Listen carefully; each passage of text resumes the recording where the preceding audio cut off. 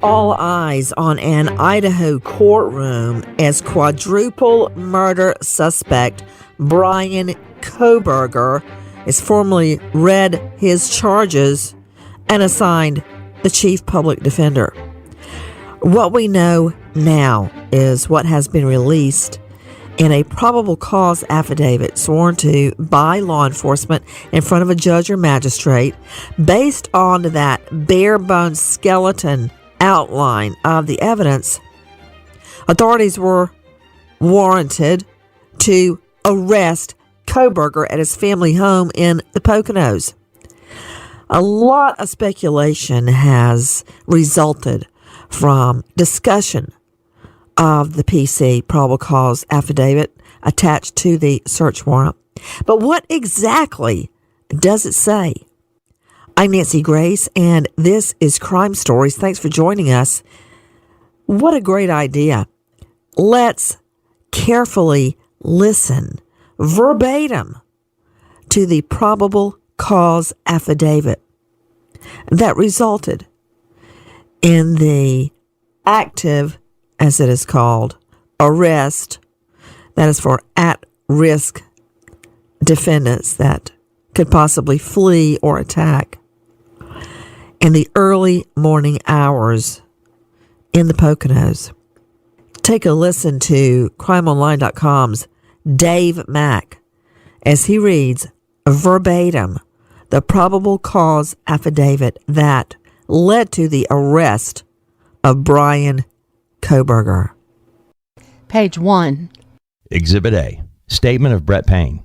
The below information is provided by Brett Payne, who is a duly appointed, qualified, and acting peace officer within the county of Latah, state of Idaho.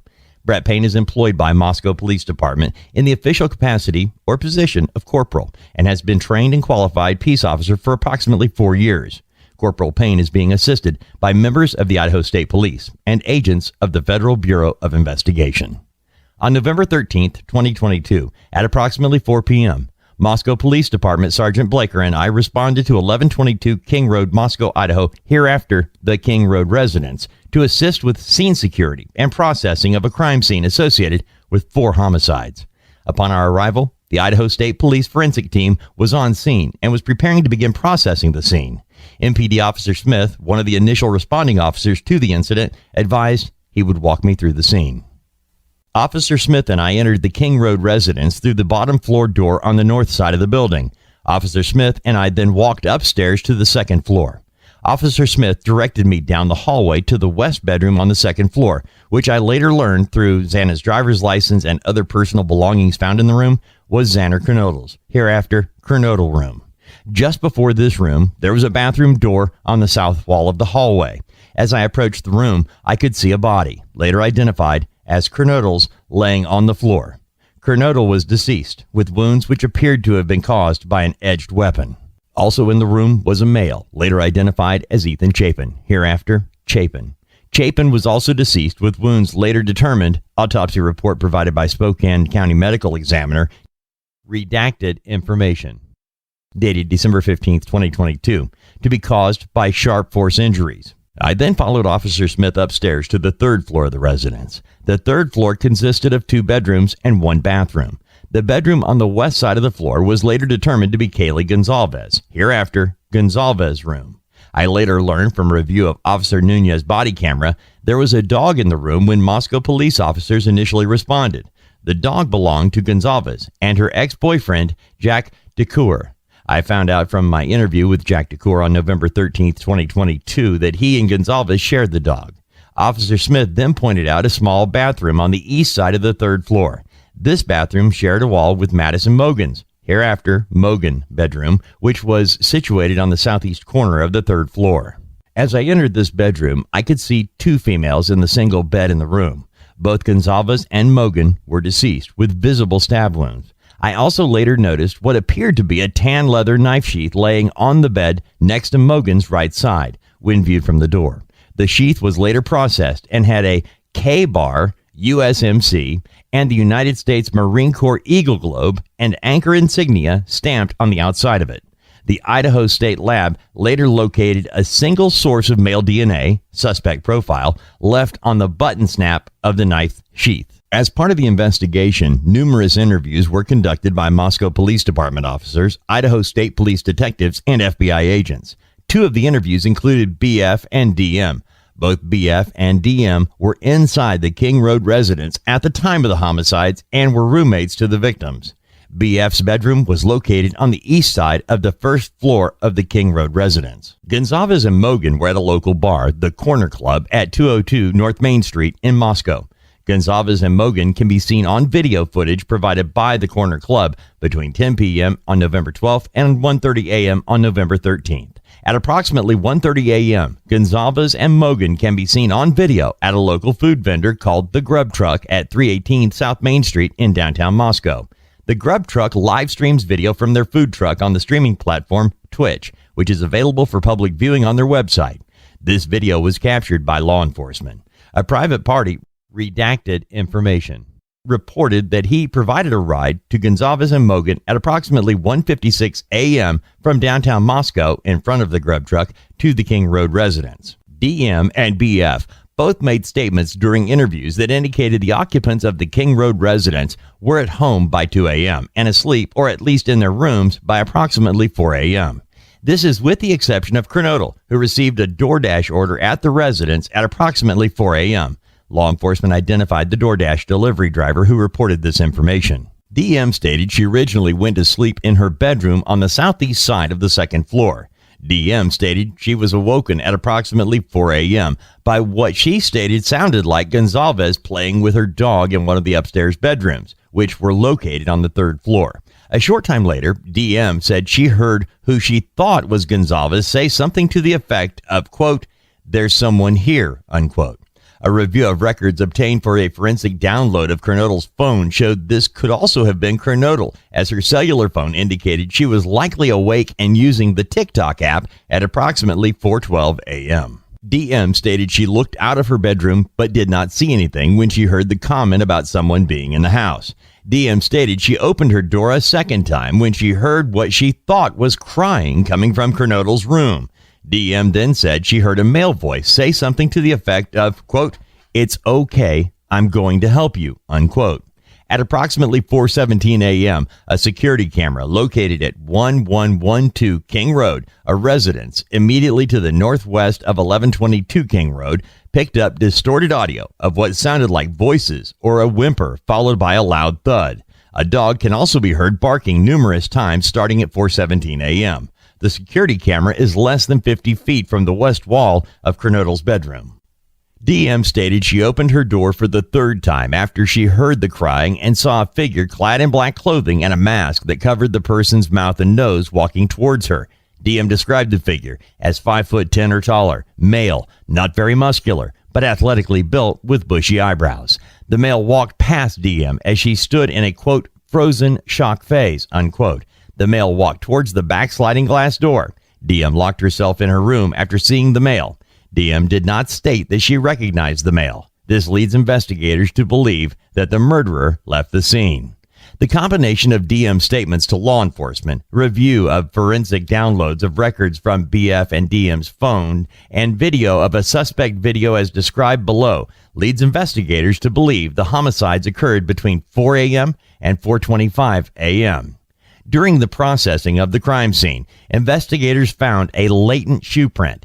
This was located during the second processing of the crime scene by the ISP forensic team by first using a presumptive blood test and then amino black, a protein stain that detects the presence of cellular material. The detected shoe print showed a diamond-shaped pattern, similar to the pattern of a Vans-type shoe sole, just outside the door of DM's bedroom, located on the second floor. This is consistent with DM's statement regarding the suspect's path of travel.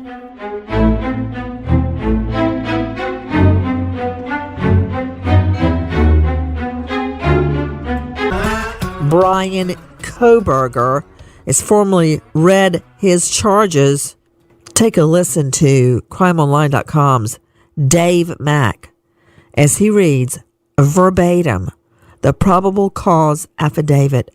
Page 5. As part of the investigation, an extensive search, commonly referred to in law enforcement as a, quote, video canvas, unquote, was conducted in the area of the King Road residence.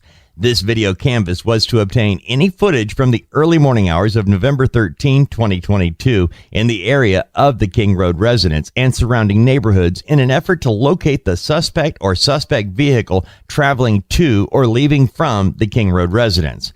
This video canvas resulted in the collection of numerous surveillance videos in the area from both residential and business addresses.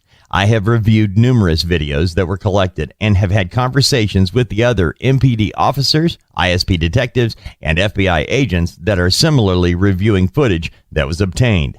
A review of camera footage indicated that a white sedan, hereafter, quote, suspect vehicle 1, unquote, was observed traveling westbound in the 700 block of Indian Hills Drive in Moscow at approximately 3:26 a.m. and westbound on Steiner Avenue at Idaho State Highway 95 in Moscow at approximately 3:28 a.m. On this video, it appeared suspect vehicle 1 was not displaying a front license plate.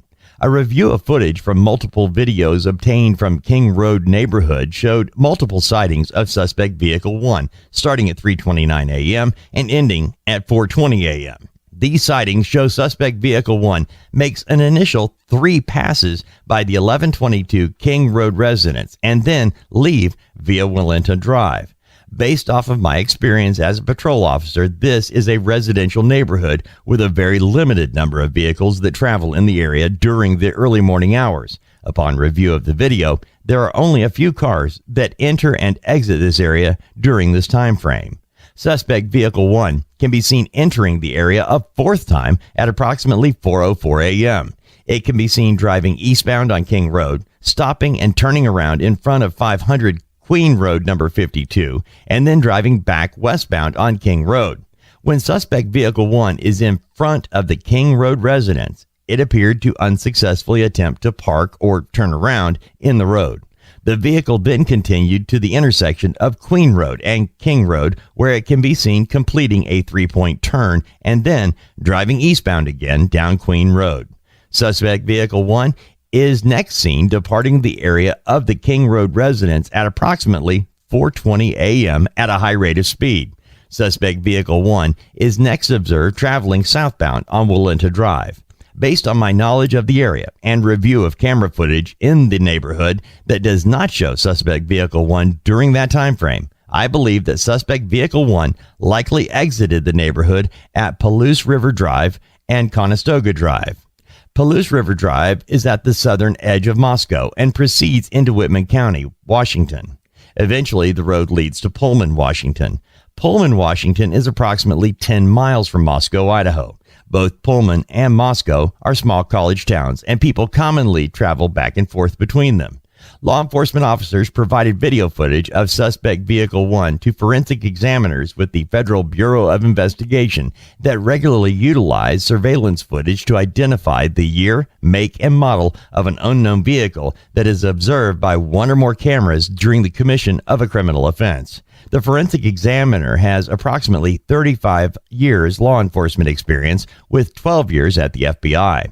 His specific training includes identifying unique characteristics of vehicles, and he uses a database that gives visual clues of vehicles across states to identify differences between vehicles.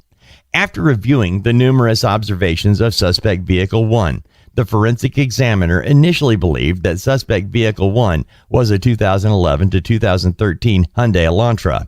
Upon further review, he indicated it could also be a 2011 to 2016 Hyundai Elantra. As a result, investigators have been reviewing information on persons in possession of a vehicle that is a 2011 to 2016 white Hyundai Elantra. Investigators were given access to video footage on the Washington State University campus located in Pullman, Washington. A review of that video indicated that at approximately 2:44 a.m. on November 13, 2022, a white sedan, which was consistent with the description of the white Elantra known as suspect vehicle 1, was observed on WSU surveillance cameras traveling north on Southeast Nevada Street at Northeast Stadium Way. At approximately 2:53 a.m., a white sedan, which is consistent with the description of the white Elantra known as Suspect Vehicle 1, was observed traveling southeast on Nevada Street in Pullman, Washington towards State Road 270. State Road 270 connects Pullman, Washington to Moscow, Idaho. The camera footage from Pullman, Washington was provided to the same FBI forensic examiner. The forensic examiner identified the vehicle observed in Pullman, Washington as being a 2014 to 2016 Hyundai Elantra. At approximately 5:25 a.m., a white sedan, which was consistent with the description of Suspect Vehicle 1, was observed on 5 cameras in Pullman, Washington, and on WSU campus cameras. The first camera that recorded the white sedan was located at 1300 Johnson Road in Pullman. The white sedan was observed traveling northbound on Johnson Road. Johnson Road leads directly back to West Palouse River Drive in Moscow, which intersects with Conestoga Drive. The white sedan was then observed turning north on Bishop Boulevard and northwest on State Road 270.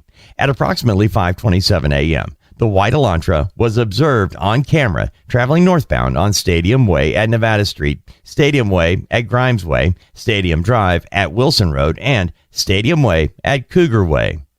On November 25, 2022, MPD asked area law enforcement agencies to be on the lookout for white Hyundai Elantras in the area. On November 29, 2022, at approximately 12:28 a.m., Washington State University, WSU, police officer Daniel Tiengo queried white Elantras registered at WSU. As a result of that query, he located a 2015 white Elantra with a Pennsylvania license plate, LFZ-8649.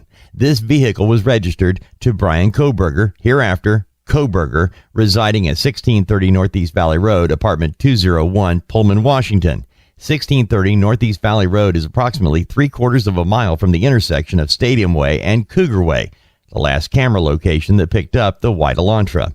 That same day, at approximately 12:58 a.m., WSU officer Curtis Whitman was looking for white Hyundai Elantras and located a 2015 white Hyundai Elantra at 1630 Northeast Valley Road in Pullman in the parking lot. 1630 Northeast Valley Road is an apartment complex that houses WSU students. Officer Whitman also ran the car, and it returned to Kohberger with a Washington tag. I reviewed Kohberger's Washington State driver's license information and photograph. This license indicates that Kohberger is a white male with a height of 6 foot and weighs 185 pounds. Additionally, the photograph of Kohberger shows that he has bushy eyebrows. Kohberger's physical description is consistent with the description of the male DM saw inside the King Road residence on November 13. Further investigation, including a review of Latah County Sheriff's Deputy Corporal Duke's body camera and reports, showed that on August 21, 2022, Brian Kohberger was detained as part of a traffic stop that occurred in Moscow, Idaho, by Corporal Duke. At the time, Kohberger, who was a sole occupant of it, was driving a white 2015 Hyundai Elantra with Pennsylvania plate LFZ-8649, which was set to expire on November 30, 2022. During the stop, which was recorded via a law enforcement body camera, Kohberger provided his phone number as redacted information 8458, hereafter the 8458 phone, as his cellular telephone number. Investigators conducted electronic database queries and learned that the 8458 phone is a number issued by AT&T. On October 14, 2022, Brian Kohberger was detained as part of a traffic stop by a WSU police officer. Upon review of that body cam and report of the stop, Kohberger was the sole occupant and was driving a white 2015 Hyundai Elantra with Pennsylvania plate LFZ-8649. On November 18, 2022, according to Washington State Licensing, Kohberger registered the 2015 white Elantra with Washington and later received Washington plate CFB-8708. Prior to this time, the 2015 white Elantra was registered in Pennsylvania, which does not require a front license plate to be displayed. This was learned through communications with a Pennsylvania officer who is currently certified in the state of Pennsylvania. Based on my own experience and communication with Washington law enforcement, I know that Idaho and Washington require front and back license plates to be displayed. Investigators believe that Kohberger is still driving the 2015 white Elantra because his vehicle was captured on December 13, 2022 by a license plate reader in Loma, Colorado. Information provided by a query to a database. Kohberger's Elantra was then queried on December 15, 2022 by law enforcement in Hancock County, Indiana. On December 16, 2022 at approximately 2:26 p.m., surveillance video showed Kohberger's Elantra in Albrightsville, Pennsylvania. The sole occupant of the vehicle was a white male whose description was consistent with Kohberger. Kohberger has family in Albrightsville, Pennsylvania, learned through a TLO search and locate tool database query. Based on information provided on the WSU website, Kohberger is currently a PhD student in criminology at Washington State University. Pursuant to records provided by a member of the interview panel for Pullman Police Department, we learned that Kohberger's past education included undergraduate degrees in psychology and cloud-based forensics. These records also showed Kohberger wrote an essay when he applied for an internship with the Pullman Police Department in the fall of 2022. Kohberger wrote in his essay he had an interest in assisting rural law enforcement agencies with how to better collect and analyze technological data in public safety operations. Kohberger also posted a Reddit survey which can be found on open source internet search. The survey asked for participants to provide information to understand how emotions and psychological traits influence decision-making when committing a crime. As part of this investigation, law enforcement obtained search warrants to determine cellular devices that utilize cellular towers in close proximity to the King Road residence on November 13, 2022, between 3 a.m. and 5 a.m. After determining that Kohberger was associated to both the 2015 white Elantra and the 8458 phone, investigators reviewed these search warrant returns. A query of the 8458 phone in these returns did not show the 8458 phone utilizing cellular tower resources in close proximity to the King Road residence between 3 a.m. and 5 a.m. Based on my training, experience, and conversations with law enforcement officers that specialize in the utilization of cellular telephone records as part of investigations, individuals can either leave their cellular telephone at a different location before committing a crime or turn their cellular telephone off prior to going to a location to commit a crime. This is done by subjects in an effort to avoid alerting law enforcement that a cellular device associated with them was in a particular area where a crime is committed. I also know that on numerous occasions, subjects will surveil an area where they intend to commit a crime prior to the date of the crime. Depending on the circumstances, this could be done a few days before or for several months prior to the commission of a crime. During these types of surveillance, it is possible that an individual would not leave their cellular telephone at a separate location or turn it off, since they do not plan to commit the offense on that particular day. On December 23, 2022, I applied for and was granted a search warrant for historical phone records between November 12, 2022 at 12 a.m. and November 14 at 12 a.m. for the 8458 phone held by the phone provider AT&T, approximately 24 hours preceding and following the times of the homicides. On December 23, 2022, pursuant to the search warrant, I received records for the 8458 phone from AT&T. These records indicated that the 8458 phone is subscribed to by Brian Kohberger at an address in Albrightsville, Pennsylvania, and the account has been open since June 23, 2022. These records also included historical cell site location, CSLI, for the 8458 phone. After receiving this information, I consulted with an FBI special agent, SA, that is certified as a member of the Cellular Analysis Survey Team, CAST. Members of CAST are certified with the FBI to provide expert testimony in the field of historical CSLI and are required to pass extensive training that includes both written and practical examinations prior to being certified with CAST, as well as the completion of yearly certification requirements. Additionally, the FBI CAST SA that I consulted with has over 15 years of federal law enforcement experience, which includes 6 years with the FBI. From information provided by CAST, I was able to determine estimated locations for the 8458 phone from November 12, 2022 to November 13, 2022, the time period authorized by the court. On November 13, 2022 at approximately 2:42 a.m., the 8458 phone was utilizing cellular resources that provided coverage to 1630 Northeast Valley Road, apartment G201, Pullman, Washington, hereafter the Kohberg residence. At approximately 2:47 a.m., The 8458 phone utilized cellular resources that provide coverage southeast of the Kohberger residence, consistent with the 8458 phone leaving the Kohberger residence and traveling south through Pullman, Washington. This is consistent with the movement of the White Elantra. At approximately 2:47 a.m., the 8458 phone stops reporting to the network, which is consistent with either the phone being in an area without cellular coverage, the connection to the network is disabled, such as putting the phone in airplane mode, or that the phone was turned off. The 8458 phone does not report to the network again until approximately 4:48 a.m., at which time it utilized cellular resources that provide coverage to Idaho State Highway 95 south of Moscow, Idaho, near Blaine, Idaho, north of Genesee. Between 4:50 a.m. and 5:26 a.m., the phone utilizes cellular resources that are consistent with the 8458 phone traveling south on Idaho State Highway 95 to Genesee, Idaho, then traveling west towards Uniontown, Idaho, and then north back into Pullman, Washington. At approximately 5:30 a.m., the 8458 phone is utilizing resources that provide coverage to Pullman, Washington, and consistent with the phone traveling back to the Kohberger residence. The 8458 phone's movements are consistent with the movements of the White Elantra that is observed traveling north on Stadium Drive at approximately 5:27 a.m. Based on review of the 8458 phone's estimated locations and travel, the 8458 phone's travel is consistent with that of the White Elantra.